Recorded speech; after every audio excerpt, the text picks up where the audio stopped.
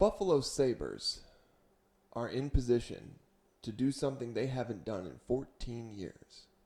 Meanwhile, Kirk Cousins just did something he's done for the last 11 years.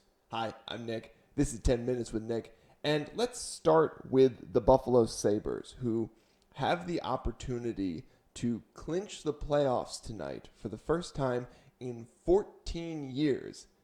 Unfortunately, they're away against the Ottawa Senators. For those of you who remember the Buffalo Sabres of yesteryear, the Sabres of yore, one might say, you will remember that the Ottawa Senators were much like how the Tampa Bay Lightning are with us this year. They took a cheap shot at one of our captains, Chris Drury, and Lindy Ruff responded by putting a skater out there on the ice, Andrew Peters, who is known for one thing and one thing only, and that is kicking the ever-loving crap out of the other team. He was a very good skater, don't get me wrong, but he had a penchant, a knack, a gift, you might say, for just beating the ever-loving crap out of the other team. And in this particular fight, he was not alone.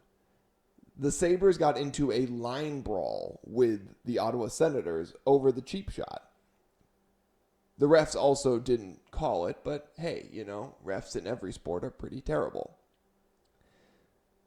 This was sort of like a tone-setting game from that point forward. The Sabres went on to win, and even went on to win, they had their backup goalie in that night, and Marty Biron skated down the ice to have a go at Ray Emery. And folks, I don't know if you know this about Ray Emery, but he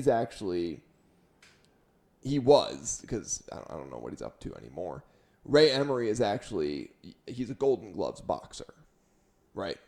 Like, he's a legit, like, he wasn't just a goalie, he was a legit boxer. Marty Biron skating down the ice to have himself a run at Ray Emery was one of the bravest things one could do. Which is, of course, why Andrew Peters, after getting in one fight, trying to get into another fight, I think having another little dust up on the way, then skated over and had himself a run at Ray Emery just to make sure the point got driven home in that fight.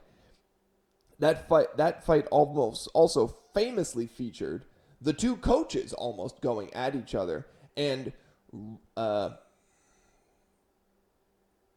Ray having to kind of cover up his mic because of the obscenities that were being hurled between the two coaches.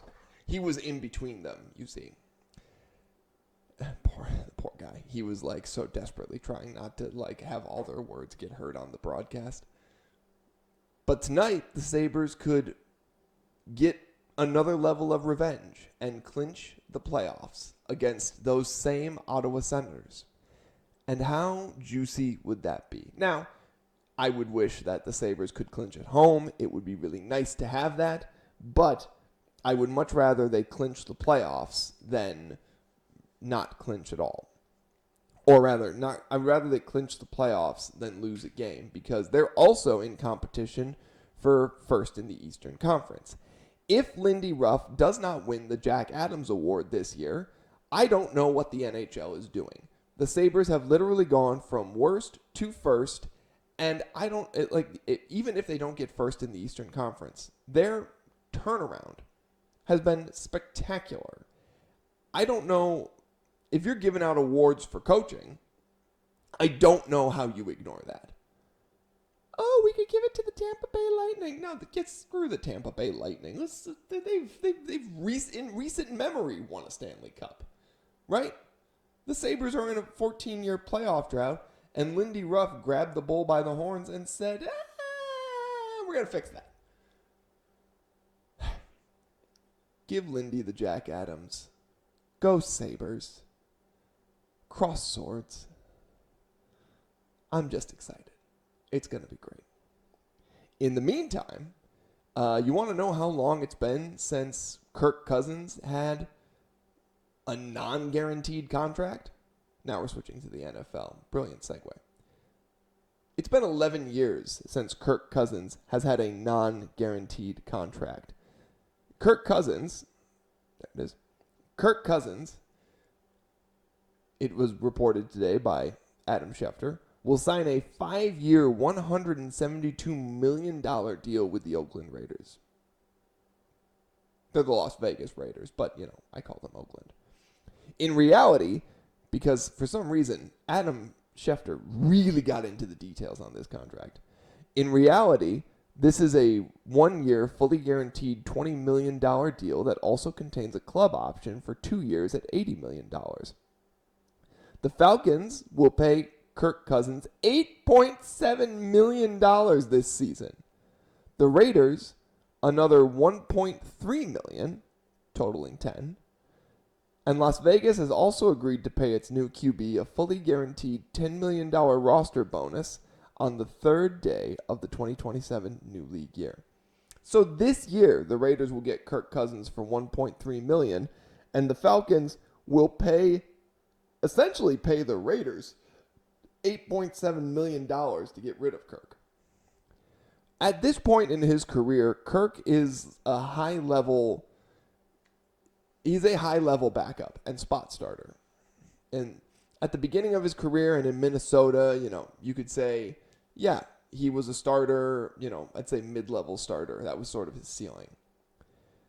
This man changed the game. He is a Hall of Fame. He belongs in the NFL Hall of Fame for business. Okay? This man turned being Robert Griffin III's backup into fully guaranteed money for the rest of his career. His career earnings are absolutely insane, and the fact that I didn't look them up before this podcast is a crying shame. But for the last 11 years, he's had fully guaranteed contracts, which is insane. So as of April 2026, Kirk Cousins has accumulated somewhere between $331.6 million to $330 million over his 14-season NFL career. The only time his contracts weren't fully guaranteed, it was his rookie contract, which was a 4-year contract, and he got an extension after the third year. That's insane NFL business acumen, especially for a guy whose ceiling was kind of a so-so starter. I can't even begin to describe to you. There are great, great players out there who have never had the level of financial stability that this man has. Come hell or high water, Kirk Cousins gets his money. And good for him. I mean, if you can do it, absolutely do it. But no other quarterback has gotten the kinds of deals that he's gotten. Now, other quarterbacks have gotten higher contracts, right?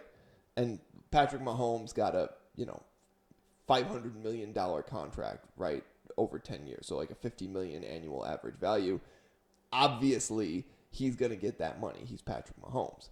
But it's insane that Kirk Cousins, from essentially a backup position, has been able to secure that kind of bag. Credit to his agent, credit to his PR team, and just absolutely terrible business by the Atlanta Falcons, who signed Kirk Cousins for a stupid amount of fully guaranteed money, and then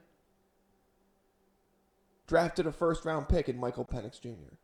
Just absolutely awful business from the Atlanta Falcons. And, the Raiders get a really good deal on a backup veteran quarterback to sit behind their first-round pick, Fernando Mendoza. History repeats itself, and no matter how history repeats itself, Kirk Cousins gets that money. Kirk repeats, the Sabres shake history off. One's more exciting, one's more financially stable. Who knows? Anyways, that's what we got for you today. That's the coverage of the main news. I'm Nick. This is 10 Minutes with Nick. Have a great day.